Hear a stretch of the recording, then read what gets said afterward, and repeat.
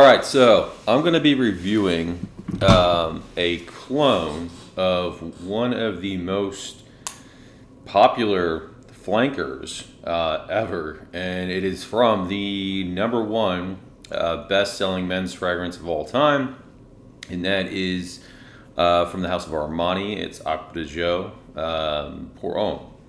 This is what I'm going to be reviewing is the Profumo flanker. So this came out, when this came out, it was hyped all over Fragcom, really big. Everybody was talking about how great it was on everybody's top 10 list, talking about how it's going to get you compliments, how it was super mass appealing, this, that, and whatever. It is an amazing fragrance. It is definitely something I will always have in my collection. I've noticed more recently it seems to have dropped off everybody's list. I know when Profundo came out, after Profumo, that kind of got a lot of hype too, and that kind of replaced Profumo for a lot of people. And it just seems like a lot of the hype kind of died down, but it still is very well received by the community. Really, this takes the normal Acqua de DNA. It adds in this incense and patchouli in the base that really darkens it up. It's still fresh, aquatic. Obviously, it's got the C notes, the bergamot, there's geranium in there. Sage, and then in the dry down you're getting that incense and patchouli, and you smell it right out the gate. I mean, you're instantly going to smell it. It doesn't. It's pretty linear, so even though it's in the base, again, it comes out pretty much right away. Very mass appealing, very versatile. This is probably really the best Acqua de to wear in the colder months. You might be able to pull off absolute instinct, but I think this is better. You can certainly wear it in the summer as well. You can wear it all year round, but I'm saying this is because it does have that incense in it and the patchouli, it darkens it up in a way that allows you to wear this a lot better in the winter. But you can wear it in spring and summer anyway. Anyway, you all know about Profumo. So that was just a quick review of it. I think it is the most, in my opinion, a more grown up, more mature, more kind of black tie version of the original DNA. I think it's the most mature, with the exception of maybe Absolute Instinct, but Absolute Instinct is not something I am a fan of. So anyway, this is my favorite from the line, right up there with the new EDP. The new EDP, I think, is much more suited, again, super hot weather, spring and summer. This is going to be my choice. But in the fall and winter, or indoors, again, if I'm wearing a suit or something at work, this is going to be my go-to. I like them both.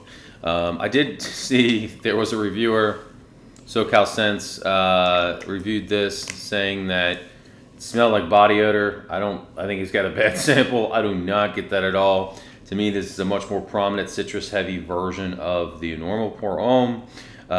It's got way more citrus in the opening. It's got more marine notes that you're going to see in the Profumo and the Profundo. It's kind of a combination of a few of them from the line with a very bright citrusy opening. There's people on there in the comment section saying that reviewers must be get paid to say this is good. No, it's Acqua de It's the Acqua de DNA. It's obviously good. It's the best-selling men's fragrance in the world. So, I can assure you, Armani is not paying me with less than 2,000 subscribers, less than 1,500 subscribers, anything to review this. Nor did I get it for free from Armani, especially if, like Ash said, even the bigger channels aren't getting designer fragrances for free. Anyway, that brings us to this. So, I'm going to be reviewing. It's from the house of Maison Alhambra. Probably one of the cheesiest clones I've seen, George D. Profumo. So this line, this house, I guess, doesn't even try to hide what they're copying. Okay, they just come out the gate. Their Aventus is very obvious. They have a bunch. They got a few others I'm going to review. One is Chanel Allure Homme Sport Extreme. I got the clone of that. I will be doing a review on soon. I have their Aventus. They got a bunch. So anyway, no question that they're trying to copy. They don't even try to hide it. But again, well, that's not good. But I guess I can kind of respect it in a way. It's not like anybody I think is really going to think, oh man, this is the real thing. but it's easier from a consumer standpoint when you go to buy it. You know what they're trying to replicate. I also have the Bleu de Chanel cologne, which I will do a review on that as well. But anyway, so let's get into how close this is. This price point on these, there was a lot of rumors that this was going to get discontinued, the original. Obviously, it has not. That's come and gone. Armani said, here's the problem. You reach out to these houses, you ask if there's being discontinued. You'll have some salespeople say yes. You'll have other salespeople say no. So as of right now, this is available really everywhere still. I do have 2 backup bottles just in case, because I do love this fragrance. But so I would suggest if you do like it, maybe pick up backup bottles to be safe. But as of right now, it certainly isn't discontinued. Anyway, this is pretty pricey, and this is the only. I think this is a 75 ml on this one. Yeah, this one is I believe 3.4, 3.3. Doesn't say, but it's definitely 100 ml, at least. Okay, and price point wise, this is on eBay for $45. Now, the guy I get this through, the Oud store, and I will put a link down there, he does or best offer. I believe I got this for either 35 or 30 shipped. Okay, so price point wise, this is a bargain and a half. Now, how does it smell? So here's the original, and I've worn this several times, so I can speak to longevity too. Love that atomizer. Ooh. Love the scent profile. I'm not doing good today. I'm dropping caps, throwing tester strips. It smells so good. And then here is the cologne. Atomizer's not as good, but it's all right. Now the problem is Profumo is so strong, it projects. I'm trying to keep it far enough away where I'm not smelling the Armani while I'm trying to smell the cologne.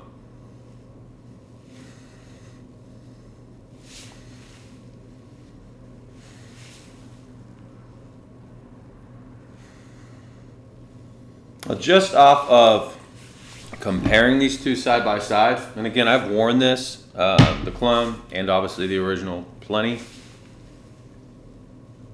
But I'll tell you now, this is the first time I compared them side by side. So off initial impressions, wearings, first smell George D. Profumo, I was like, man, this is a damn close clone, okay? I still stand by that. The most prominent difference that I'm getting is the Armani, and I know people talk about reformulations, I don't know, but the Armani, the one I have, is a projection beast. I mean, I'm smelling it off of here, you smell it off the strip, it's dense, it's loud, it's prominent, people are going to pick it up in the sillage, it's just there. The George D. Profumo,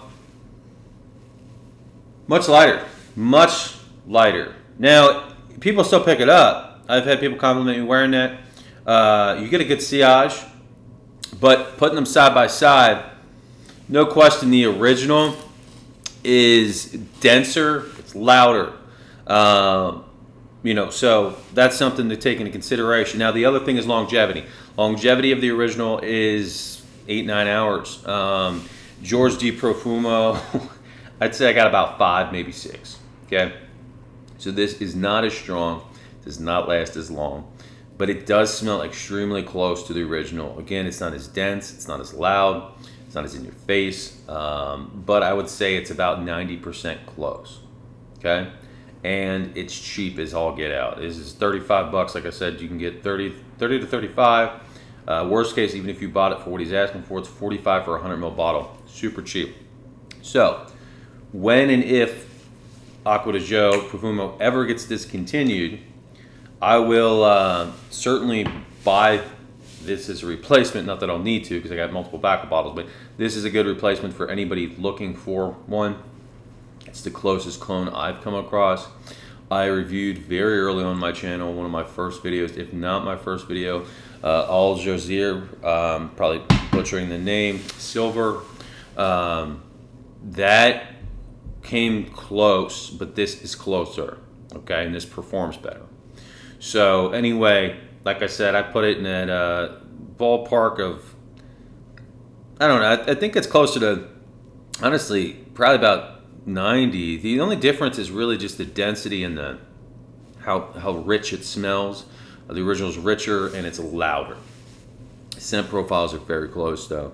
Again, you're not getting as good as performance, you're not getting as good as projection, but it still projects pretty well, performs okay, and it's cheap as, it's definitely a bargain. So anyway, that's that. I don't want to waste any more of your time. It is very close. Certainly the closest clone I think I've smelled to date. And that could obviously change as, potentially more come out. Certainly if this gets discontinued, I have no doubt, more people will be cloning it. But anyway, hopefully this was helpful. Like I said, I'm going to do a Chanel L'Or Homme Sport review of their clone of that, of their clone of Aventus, of their clone of Bleu de Chanel. And yeah, I have a bunch of other stuff too. So I did get a actual sample of Neff's. My buddy Sareem was nice enough to give me this. So it's enough for me to actually compare Nishane's Neff's to the real, or not the real thing, to Alexandria's version, Nefarious. So I'll actually be able to say how close they are. Looking forward to that. So there'll be a follow-up video for my initial review, first impressions of Nefarious. And I'll also speak to, now that I've had a chance to wear it, my thoughts on it now, as well as longevity and performance. So anyway, that's that. Again, hopefully this was helpful. I'll put a link in the either the description or the comment section with where you can pick this up.